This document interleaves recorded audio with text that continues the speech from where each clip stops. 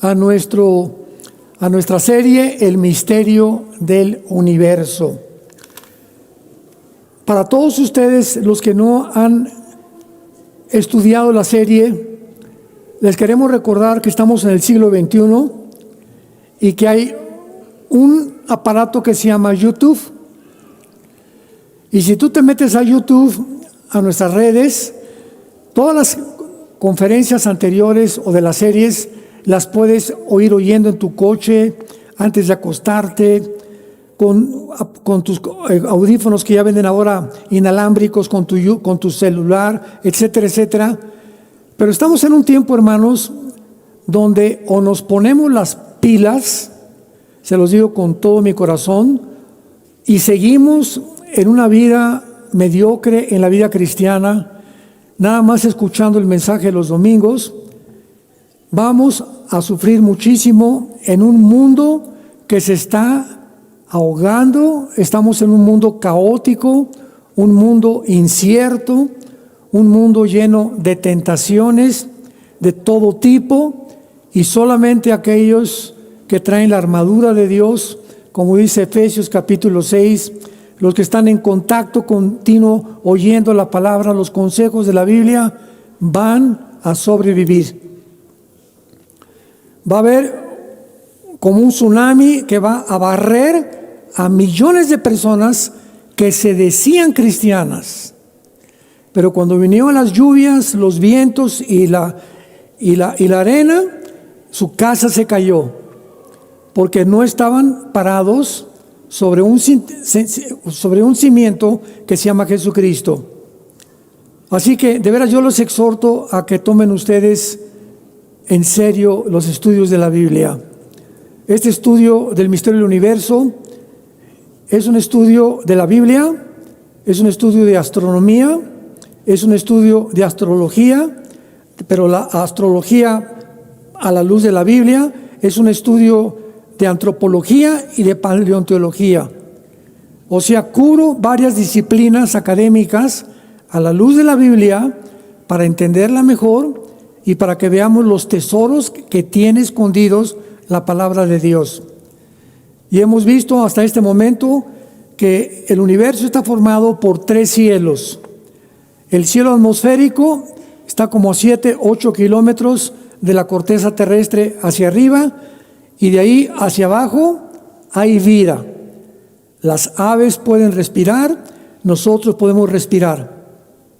Ya pasando los 7-8 kilómetros, los astronautas, los que salgan al espacio, al segundo cielo, necesitan ya escafandras, porque es el espacio sideral. Y el segundo cielo, que es el espacio sideral, donde no hay atmósfera, es un espacio vacío, es un espacio donde el ser humano no fue creado para vivir ahí. Entonces todos estos sueños que hay ahorita, que vamos a tener naves y que van a poner casas en Marte y en la Luna, son verdaderamente de ciencia ficción. Bíblicamente el ser humano nunca va a conquistar el espacio, porque el espacio es una área prohibida por Dios. No hay vida, no hay gravedad, las temperaturas son insoportables, y además de esto hay un misterio tremendo en el segundo cielo que se le llama el espacio sideral, y la Biblia le llama el firmamento, que el color es oscuro. Entonces, si no tuviéramos el sol y la luna, sería completamente una oscuridad en el planeta Tierra también, porque todo el espacio es tinieblas, es una oscuridad impresionante. Ahora, después del segundo cielo o el espacio, sigue el tercer cielo, donde se encuentra el trono de Dios. Entonces hemos visto, estoy adelantándome todo, ojalá que, repito, ustedes hayan ya oído las conferencias anteriores para que puedan entender esta consumación. Tal vez termino hoy esta serie, porque si no, no la van a entender. Es como si estudias química o matemáticas y faltaste 3 meses a la escuela. Y llegas a los 3 meses y ya van en cálculo diferencial, ya van en álgebra, y no sabías ni cómo se hacían las ecuaciones. Entonces te reprueban. Y así es el estudio de la Biblia y la vida espiritual. Tú no puedes llegar a una serie en la que ya vamos en la tercera o cuarta parte y no te has compenetrado con las series o las conferencias anteriores, simplemente porque no te interesa realmente más que las redes sociales, qué critican en las redes sociales, cuáles son los chismes de TikTok, y la gente vive en un mundo completamente de mentiras. Entonces tenemos el tercer cielo, el segundo cielo y el primer cielo. Estos tres cielos, la característica que tienen y el centro de estas conferencias, que lo acabo de dar en la conferencia anterior, es que el espacio sideral se compara en la Biblia con el silicio. Dice en Isaías 55, Dios puso y vistió los cielos como de silicio. Muy bien. El silicio era una capa que usaban los antiguos de piel burda, de piel tosca, que cuando querían ayunar, cuando querían pedirle perdón a Dios, o cuando venían juicios contra Israel, dice la Biblia, se vistieron de silicio en ayuno y lloro. ¿Ya van ubicando esa palabra? Entonces siempre se usa la palabra silicio.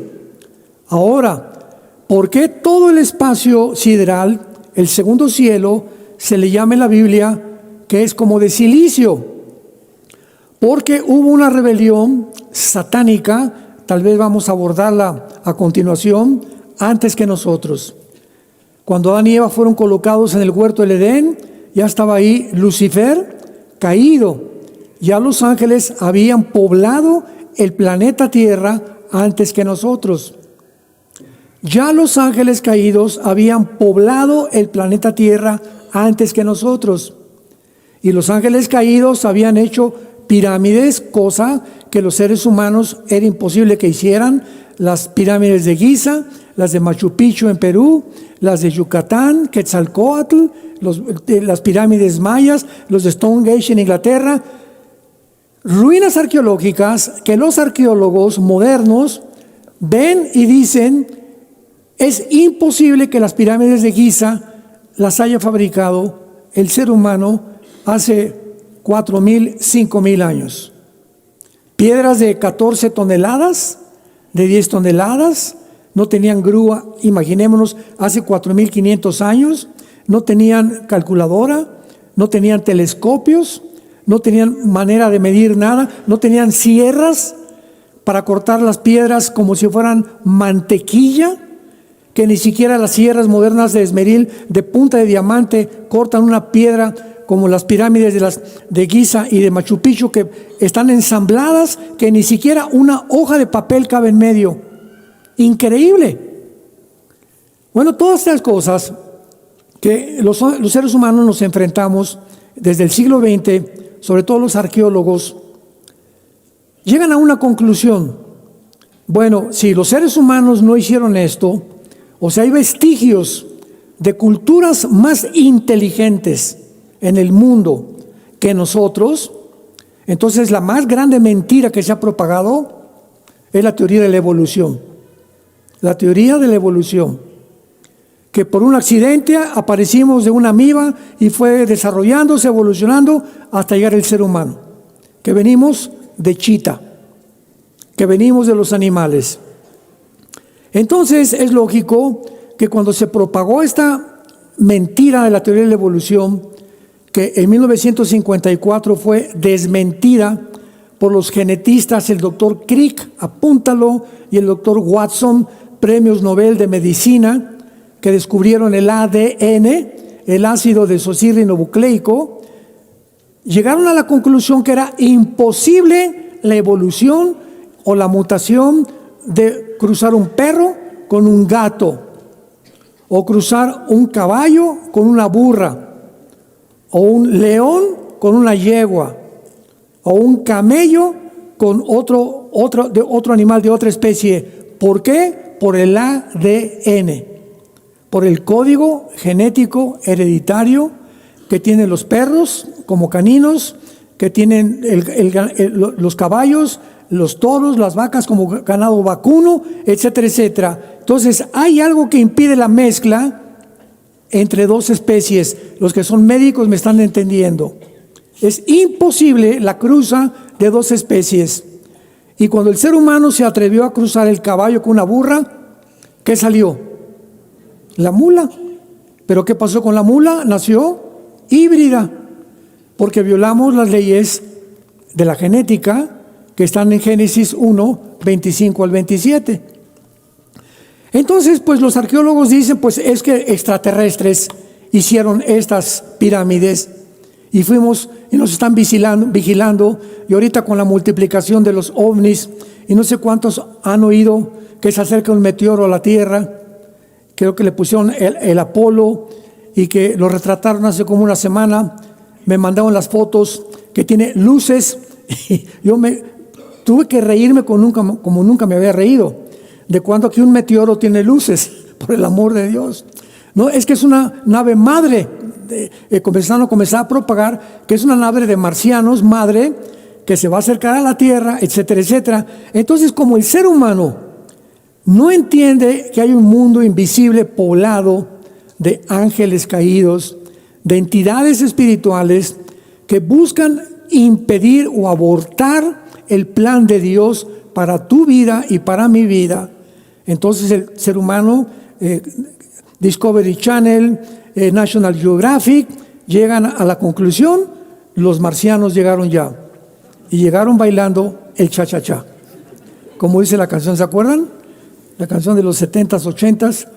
Entonces la Biblia nos muestra qué marcianos ni qué 8 cuartos, qué venusianos ni qué neptunianos. Hay una materialización en el espacio de la energía satánica que ahora está propagándose con más velocidad, simplemente para engañarnos a nosotros y para que cuando desaparezcamos millones de personas en el arrebatamiento de la iglesia, los científicos o políticos tengan una justificación. Se los llevaron los ovnis. Entonces, qué importante es que veamos por qué Dios hace un cielo azul con la atmósfera que podemos respirar, un universo o un espacio sideral negro y arriba el trono de Dios. Qué importante y qué interesante que entre el trono de Dios y el primer cielo que estamos nosotros, en medio hay oscuridad. Todo el espacio es oscuro. Son billones de años luz de oscuridad. Desde el principio del espacio hasta el final del espacio. Abajo la tierra iluminada y arriba Dios. ¿Qué significa esto en la Biblia? Que cuando hubo esta rebelión mundial, universal, cósmica, cuando Lucifer engañó a la tercera parte de los ángeles y los arrastró con él para luchar contra Dios, vino una oscuridad universal. Y cuando Dios castiga a Satanás y a los ángeles caídos en el planeta Tierra quedó devastado, quedó vaciado, quedó en tinieblas, como lo dice Génesis 1, versículo 2. Vayamos y leamos este versículo, por lo cual, que ha sido el centro de toda esta serie. Génesis 1, versículo 1 y 2. En el principio creó Dios los cielos y la tierra estaba desordenada y vacía, y las tinieblas, sí, dice tinieblas, y las tinieblas estaban sobre la faz del abismo, y el Espíritu de Dios se movía sobre la faz de las aguas, y dijo Dios: sea la luz, y fue la luz. Muy bien, el primer versículo, ¿cuándo fue el principio? Cuando no había nada ni nadie.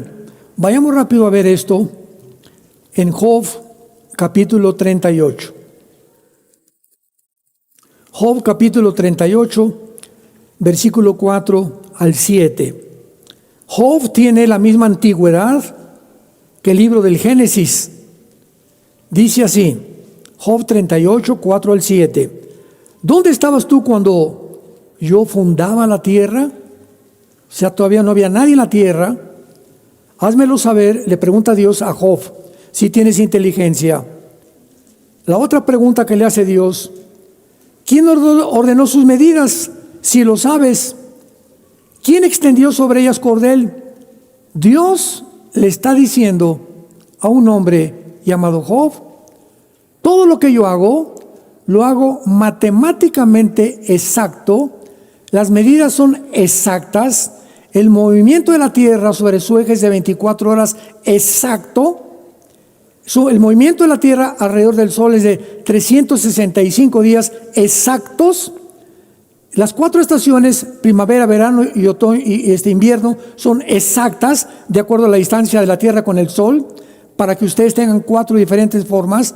La atmósfera que yo creé arriba de ustedes tiene la combinación de hidrógeno y gases exactos para que cuando tú hagas y respires puedas seguir viviendo. Tus pulmones están diseñados para esto, no para salir de la atmósfera, ni para vivir en el espacio, ni en Marte. Están diseñados para vivir en el planeta Tierra. La distancia exacta de la Tierra al Sol es exacta.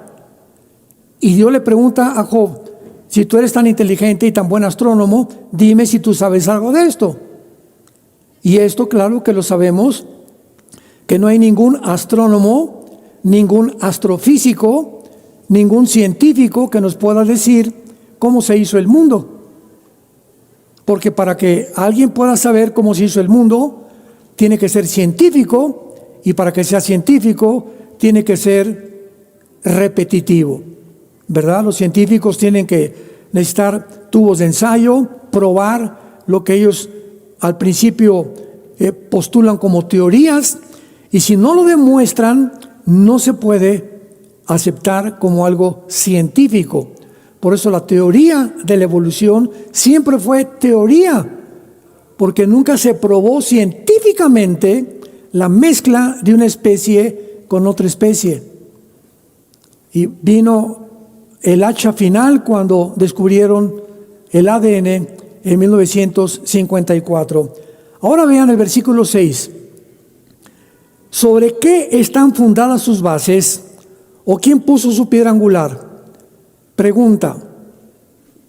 ¿Cómo puede estar flotando la luna cerca de la Tierra?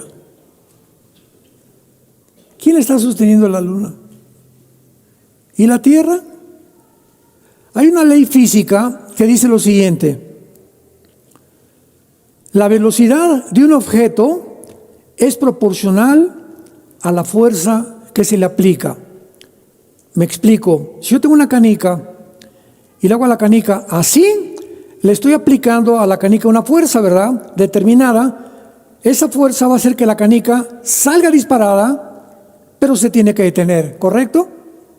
Tal vez 1 o 2 metros. Si yo tengo un arco, una flecha, y disparo la flecha vuela, hace una parábola y tiene que caer. ¿Por qué? Porque la fuerza que le apliqué con el arco solamente la empujó determinado tiempo. Muy bien. ¿Quién le hizo así a la tierra? Señores ateos que me escuchan, ¿quién le está haciendo así a la tierra? 24 horas, 24 horas, 24 horas. La velocidad es continua, ni se atrasa ni se adelanta. 24 horas perfectas, y al mismo tiempo viaja. ¿Quién le está empujando para que no se salga de su órbita? ¿Quién le hace así? Ahora, esto es el macrocosmos. Vamos a agarrar un microscopio y vamos a meternos a un átomo y vamos a ver electrones, protones, neutrones girando aquí en este púlpito que yo tengo o en cualquier pedazo de materia a una velocidad increíble, y esa velocidad de esos electrones, protones y de los átomos hacen posible la cohesión de la materia. ¿Quién les hace así microscópicamente a estos elementos que son microscópicos? ¿Quién les dio la velocidad? ¿Quién los mantiene girando? ¿Y bajo qué propósito fueron creados? Nadie te lo puede explicar. Y la Biblia lo dice claramente en Hebreos capítulo 1. Dios, habiendo hablado muchas veces, versículo 1, y a través de los profetas en estos tiempos, nos ha hablado por el Hijo, por Jesucristo, por quien asimismo hizo el universo, el cual es la imagen de su substancia, y Él es el que sostiene todas las cosas con el poder de su palabra. Ese Jesús que vino hace 2000 años, que abrió los brazos en una cruz, que se hincó a lavarnos los pies, es el mismo que sostiene la cohesión del cosmos, tu vida y mi vida. Y es el Jesús que tú una vez invitaste a tu vida como tu Señor y como tu Salvador, y que te dijo: nunca te voy a dejar y nunca te voy a abandonar. Echa sobre de mí tus ansias y tus ansiedades, que yo voy a cuidar de ti de aquí en adelante. Lo único que te pido es que no te alejes de mí y que me obedezcas en todo lo que te estoy diciendo. Y vivirás feliz, serás feliz con tus hijos, serás feliz en tu trabajo y prosperarás en todo lo que hagas. Solo obedéceme. Es la ley de la vida. ¿Quiénes son los rebeldes? ¿Quiénes son los que acaban en la cárcel? ¿Quiénes son los que acaban en el alcohol, en las drogas? Los rebeldes, que desde niños no quisieron someterse a los padres, ni a los maestros, ni a la policía, ni al gobierno, y terminan mal. La rebelión es lo opuesto a la obediencia. Y hemos sido llamados, dice Primera de Pedro, por la presencia de Dios, mediante la unción del Espíritu Santo, para obedecer a la verdad y ser rociados con la sangre de Jesucristo. Fuimos llamados para obedecer la verdad. Y si eres cristiano y no estás obedeciendo la verdad, te estás perdiendo, como tú no te imaginas, las bendiciones que hace mucho tiempo Dios te quería dar. Pero tu rebelión, tu incredulidad, ha hecho que Dios pueda tener una detención o pueda impedir que bajen del cielo sus bendiciones a tu vida. Y entonces dice en el versículo 7 de Job 38, cuando alababan todas las estrellas del alba y se regocijaban todos los hijos de Dios. Este pasaje nos muestra en la Biblia que cuando Dios creó la tierra, los ángeles estaban cerca de Él.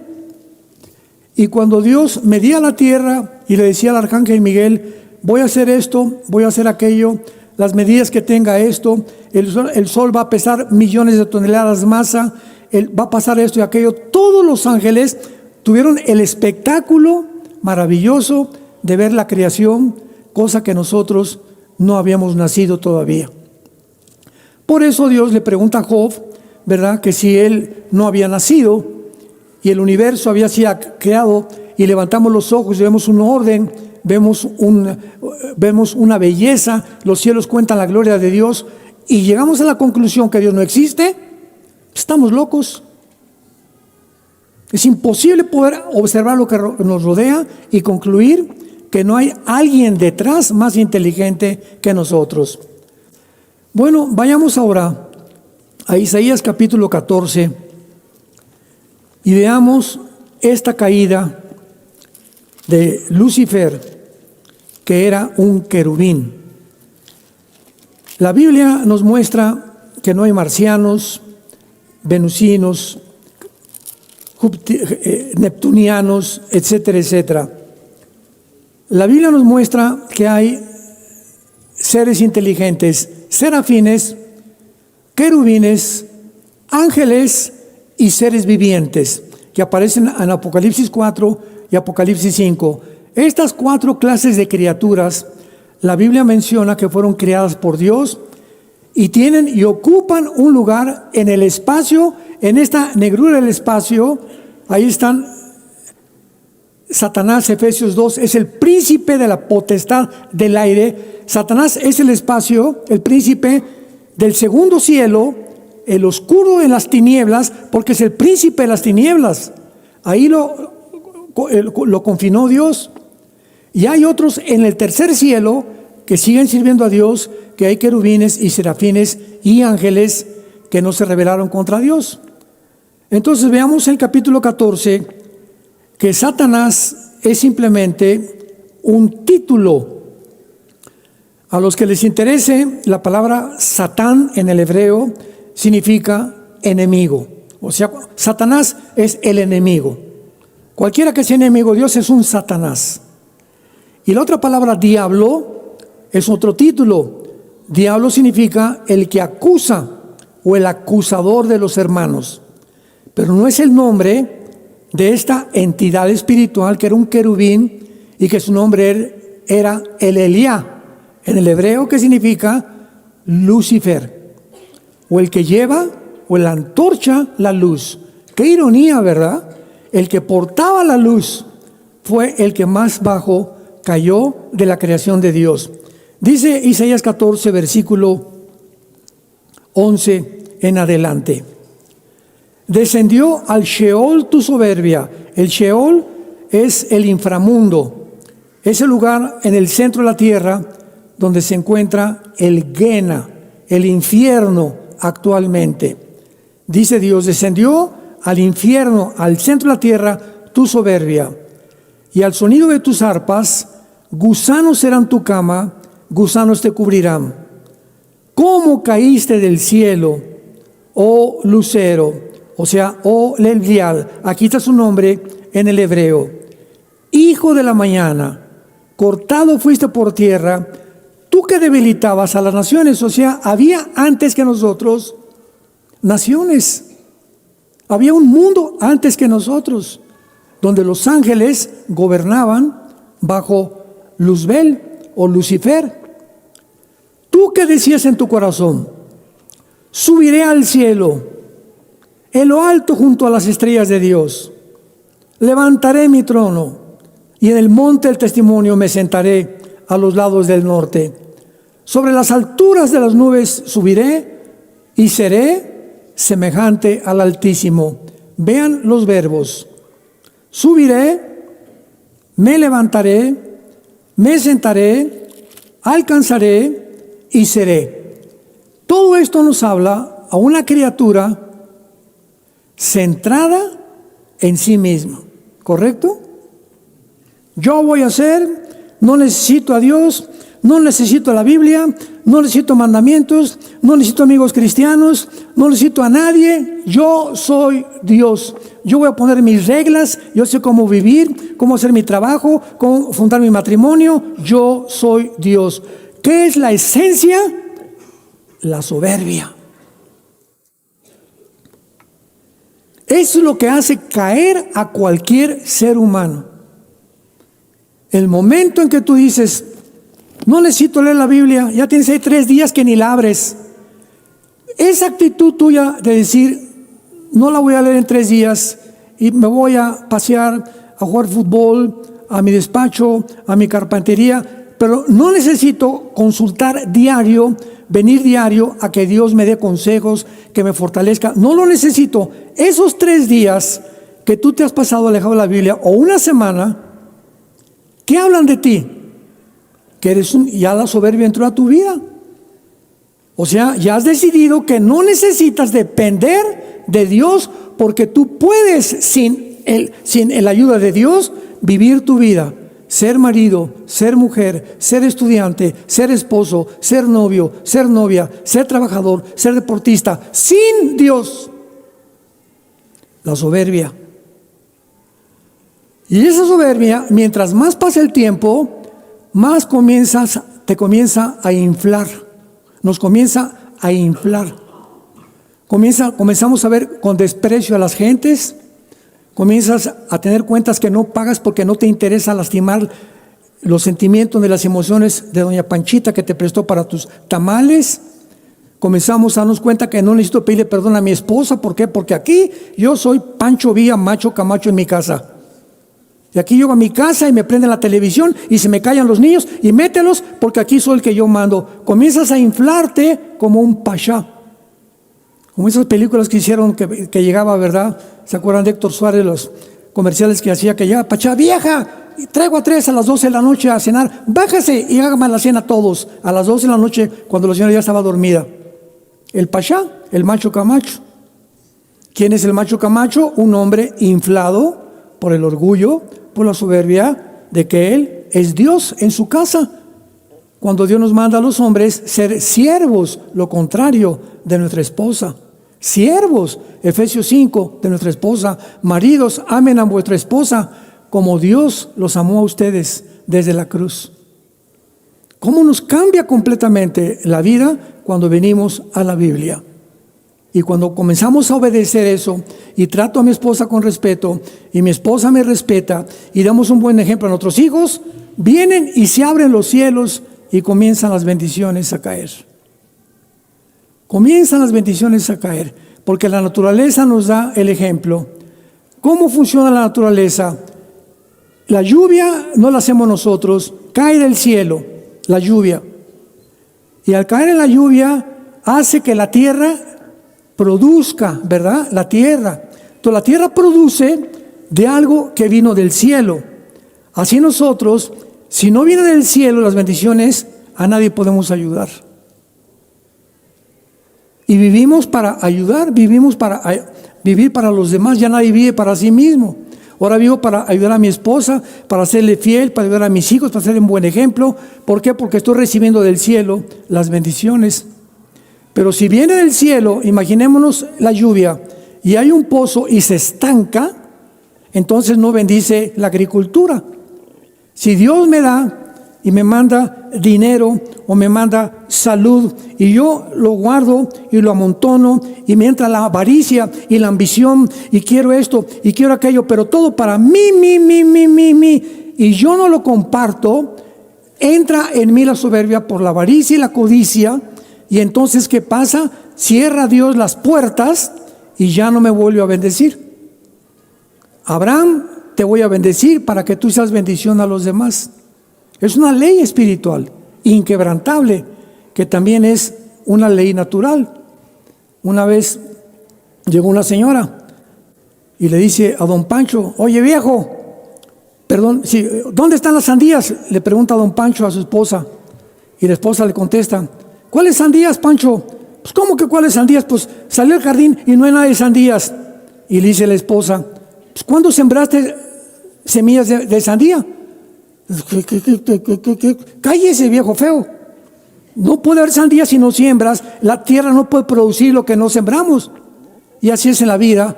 Oye, quiero tener esto y quiero tener para mis hijos y quiero que me alcance. ¿Qué has sembrado? Y una ley impresionante es que si tú siembras 10 semillas de sandías, la ley de la agricultura es la siguiente: 10 semillas de sandías, nacen 50 sandías. La cosecha es más grande que la siembra. ¿Me oíste? Lo que tú vas a levantar va a ser mucho más grande que lo que tú siembres en cualquier área de tu vida. Es una ley inquebrantable espiritual. Vemos pues aquí en Isaías estas características satánicas. Vayamos ahora a Ezequiel capítulo 28. Ya ven por qué les digo que traigan su Biblia, pero pues no entienden. Está bueno. Ezequiel 28. Este pasaje nos revela la condición en la que vivía Lucifer antes de que él cayera. Dice la Biblia que las cosas que están escritas son para nuestra enseñanza. Cada suceso que atravesamos en la vida de mala experiencia, porque todos vamos a atravesar malas experiencias. Lo que ayer me pasó del choque, lo que antier me pasó del robo, lo que ayer me pasó, etcétera, etcétera, que fueran malas experiencias, nos tienen que servir para que no las repitamos. Para que aprenda, la vida es la mejor universidad. Y las cosas malas que nos han pasado en la vida, simplemente es para que aprendamos qué es malo. Ahora, si tú repites las cosas malas que te han pasado, pues ya eres demasiado testarudo. Ya tienes el corazón endurecido. Viene la soberbia. Y vemos que es el pecado principal la más grande criatura de Dios, la soberbia. ¿Qué es la soberbia? Creer que eres Dios o que podemos hacer las cosas, vivir sin Dios en la vida. ¿Qué dice Juan 15:5? Separados de mí, nada podemos hacer, nada. Cuando tú llegues a un punto en las mañanas en la que necesito estar con el Señor, yo no puedo como el alimento. Me tengo que levantar y bañarme, lavarme, abrir la Biblia, me pongo hincado, cerrado, sentado como más cómodo que tú veas, y abro los salmos, los proverbios. Padre, háblame en esta mañana, tengo que llevar a mi hijo a la escuela, tengo estos negocios, tengo que saber cómo le contesto a Pepito que se quiere ir de la casa, que quiere entrar a la universidad. Oh, vengo a ti, Señor, porque yo no puedo, no soy capaz, soy vulnerable, mis pies son hechos de barro, soy tonto por nacimiento, rebelde y además macho camacho. Te ayudo, Padre, cámbiame, dame la sabiduría hoy para poder tratar la vida y vivir la vida que tú quieres que yo viva. ¿Qué hace Dios? Inmediatamente te abre su corazón. Inmediatamente el Espíritu Santo te da una sabiduría que ni te imaginaste que la podrías tener, y las cosas te van a salir bien en la vida. Dice la Biblia en el versículo 14, Ezequiel 28, que se le llama al actual Satanás o enemigo de Dios, o Lucifer, querubín. Era un querubín. Los querubines es el rango más alto angelical. Es como general, teniente, coronel, cabo, capitán, soldado raso. Hay rangos en el mundo espiritual también. El querubín es inmediatamente el rango más alto, casi es el de los arcángeles. Arc, en el prefijo es grande ángel, el más grande de los ángeles, como Miguel es un arcángel. Entonces Satanás o Lucifer era un general, era un querubín. Y los querubines aparecen en la Biblia, algunos con alas, otros sin alas, pero en el arca de la alianza, en el tabernáculo, aparecen dos querubines viendo hacia el propiciatorio con sus alas viendo hacia abajo, porque ahí venía el sacerdote, el sumo sacerdote, vertía la sangre de los sacrificios, y los querubines veían que era la sangre la que cubría lo que estaba debajo. Debajo del propiciatorio estaba el arca, estaba la vara de Aarón, los 10 mandamientos, y estaba la guía de Dios. Entonces la ley quedaba debajo de la sangre. Todo eran sombras que después tuvieron su cumplimiento cuando vino Jesucristo. Pero querubín era el que cuidaba el trono de Dios. Imagínense nada más. Cuando Dios le dice a Adán y Eva, se me salen del paraíso, del huerto del Edén, por el pecado, porque hombres imperfectos no pueden vivir en un lugar perfecto. ¿Cómo? Imperfectos no pueden vivir en un lugar perfecto porque lo echan a perder. Por eso muchos cristianos me dicen, oye, me voy a una iglesia donde puedan ser perfecta. Ok, si tú vas a una iglesia perfecta, tú la vas a echar a perder. Así son las cosas. Entonces creemos, ¿verdad?, la perfección de este mundo. Entonces Dios saca a Adán y Eva del huerto del Edén, Génesis capítulo 3, y pone en la entrada del huerto del Edén a dos querubines con una espada encendida para impedir que el ser humano en pecado regresara al paraíso. Por eso es imposible volver a tener contacto con Dios más que a través de la sangre de Jesucristo. Entonces la espada implica la justicia y los querubines representan la santidad.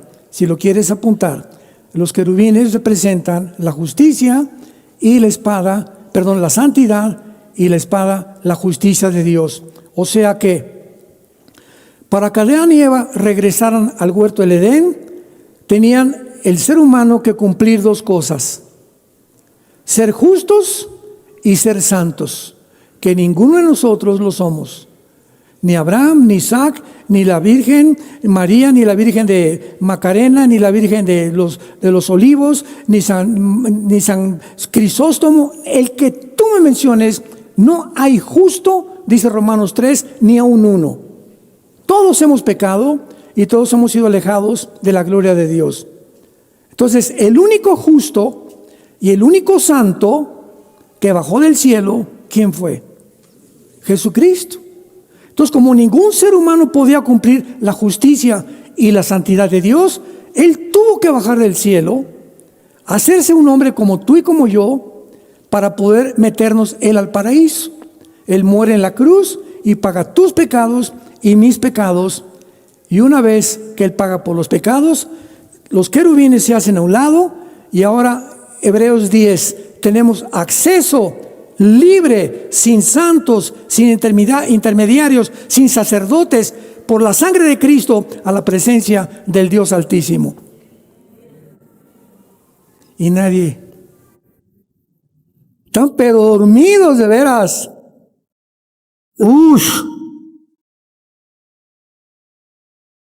Amados, despierten. Esto emociona de veras, de saber cómo es tan impresionantemente increíble la Biblia. Este querubín se le llama protector. Te puse en el santo monte de Dios, perfecto eras en todos tus caminos, se halló maldad en ti. Me estoy brincando los versículos. Versículo 17, se enalteció tu corazón. A causa de tu hermosura, corrompiste tu sabiduría. A causa de tu esplendor, yo te arrojaré por tierra, delante de los reyes te pondré para que miren en ti. Aquí vamos a pensar profundamente.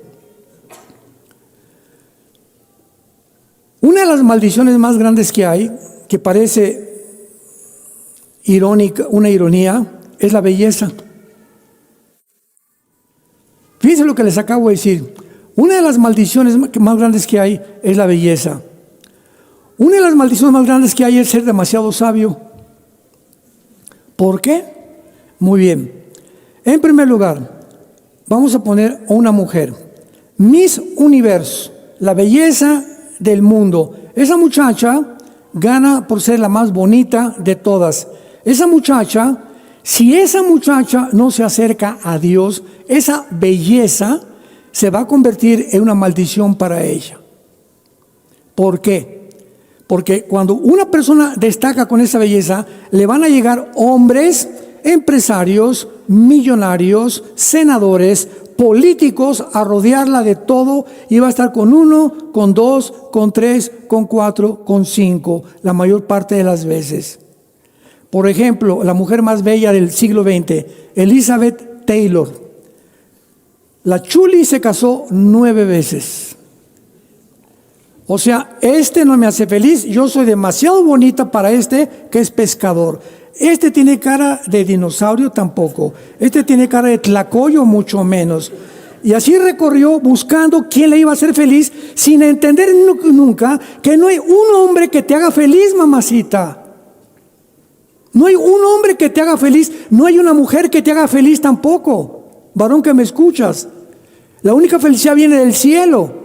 Pero si buscamos en alguien que nos haga feliz, en lugar de casarme para yo buscar la felicidad de la otra persona, voy a ser feliz, porque la felicidad se encuentra en servir a los demás.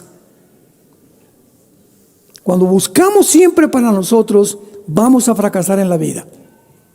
¿Por qué fracasó Salomón? Salomón, el más grande sabio de toda la historia del ser humano. Salomón le dijo a Dios: te doy una sabiduría que nadie ha tenido, no te apartes de mí. En cuanto a la belleza, en cuanto a la sabiduría, hacemos a un lado a Dios y creemos que por mi sabiduría, por mi belleza, por mi guapura, por mis títulos, por lo que soy, por mis amistades, voy a triunfar. Me comienzo a hundir porque he sacado a Dios de la ecuación de mi vida.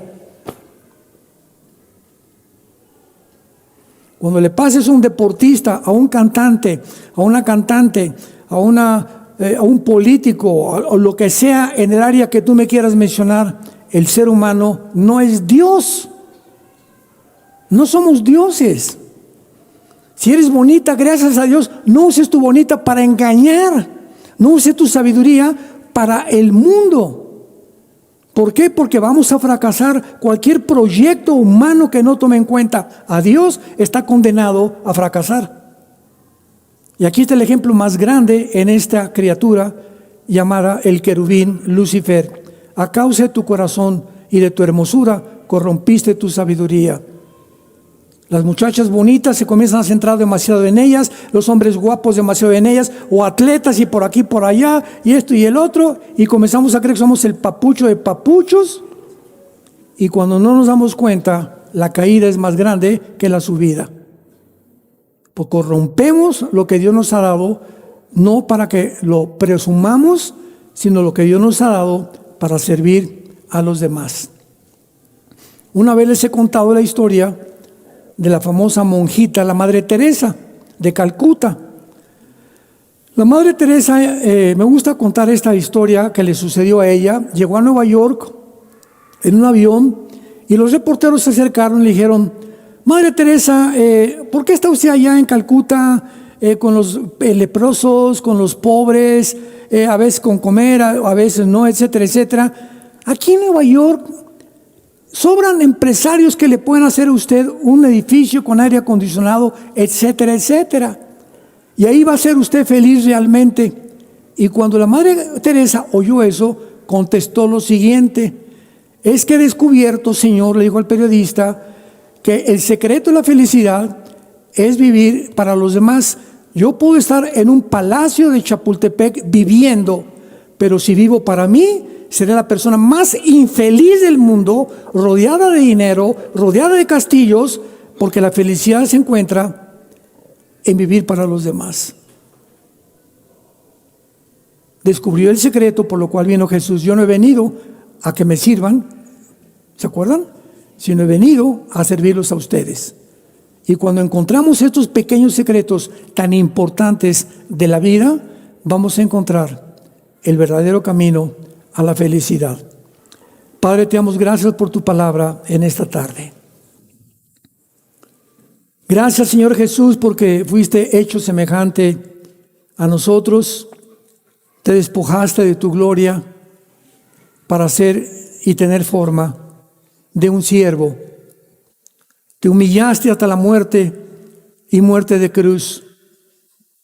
Despreciado y desechado entre los hombres, varón de dolores, experimentado en quebranto.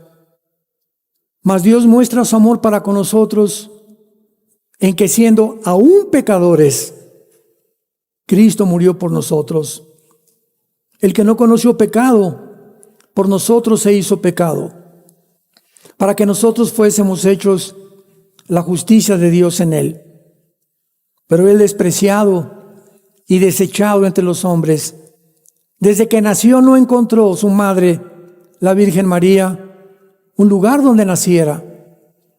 Todos le cerraron la puerta, todos los moteles estaban cerrados por la fiesta de la Pascua. Él tuvo que nacer en un humilde pesebre rodeado de animales, el creador y sustentador del universo. Gracias por tan grande ejemplo, Señor Jesucristo, por haber abierto tus manos en una cruz y haber pagado una cuenta que nosotros nunca hubiéramos podido pagar, la cuenta de nuestros pecados. Gracias porque cargaste la cruz, herido fuiste por nuestras rebeliones, molido por nuestros pecados, y nuestros pecados fueron puestos sobre ti para que nosotros entendiéramos que de tal manera Dios te ama, que ha dado a su Hijo unigénito, para que cualquiera de ustedes en esta hora, en esta tarde, que cree en Él, tenga la vida eterna y el perdón de sus pecados. Dile, tú que me escuches en este momento y que no tienes la seguridad de tu salvación, pídele perdón a Dios. Este momento es el tiempo de tu decisión. Simplemente dile: Señor, te pido perdón por mi vida. He sido un soberbio, he sido una soberbia. He creído que todo está centrado en mí. Quiero seguir tus pasos, Señor Jesús, y encontrar el verdadero camino de la felicidad. Gracias por pagar por mí en esa cruz y gracias por resucitar a los 3 días después de haber sido crucificado, muerto y enterrado para vivir para mí. Te recibo como mi Señor y como mi Salvador, en el nombre de Jesús. Amén. Amén. Gracias a Dios por esta palabra. Gracias, Señor, por esta palabra. El mundo, hermanos, se dirige ya a un abismo. Estamos a la orilla. Escuchen lo que le estoy diciendo. El mundo se encuentra en la orilla de un abismo. Las principales profecías de la última generación se están cumpliendo cada semana. Hay eventos que están sucediéndose cada semana, cumpliendo una y otra, y con esta velocidad viene Jesús por nosotros. Y viene como ladrón en la noche. Uno será dejado y el otro será tomado, dice Mateo 24. Ojalá que no llegue el día de mañana, si es mañana, que abras los ojos y no está tu esposo, o no está tu esposa, o no están tus padres, o no está tu mamá, o el que sea, y te des cuenta que era verdad que Jesús venía por aquellos que le habían seguido hasta el final, con un amor nacido del corazón, con una fe no fingida y con el temor de Dios. Es el tiempo de volvernos a Dios. Es el tiempo de la familia. Es el tiempo de amar a la familia hoy más que nunca. Únanse como matrimonio más que nunca. Pídanse perdón lo más que puedan unos a otros. Hijos, respeten a sus padres. Es el primer mandamiento con promesa para que les vaya bien. No puede haber habido un mal hijo que le vaya mal en la vida, que le vaya bien. Ni una mala hija que le haya ido bien en la vida. Tenemos que comenzar con nuestros padres, respetándolos, llamándolos, obedeciéndoles en todo, para que podamos ser prosperados en todo aquello que Dios quiere para tu vida. Que Dios les bendiga, que tengan mucha paz.